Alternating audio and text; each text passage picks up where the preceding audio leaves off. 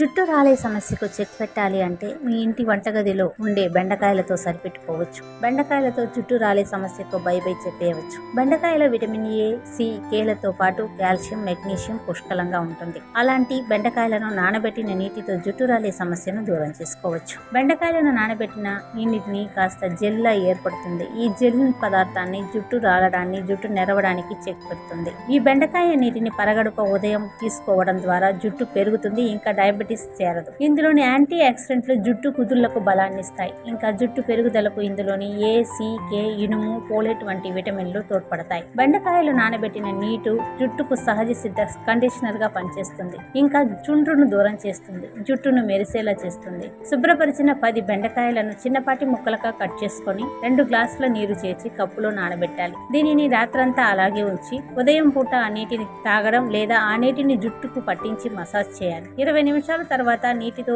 శుభ్రం చేసుకుంటే సరిపోతుంది. ఇలా వారానికి 2 లేదా 3 సార్లు బెండకాయలు నానబెట్టిన నీటిని కుదుర్లకు పట్టించడం వల్ల మెరిసే జుట్టు మీ సొంతం అవుతుంది.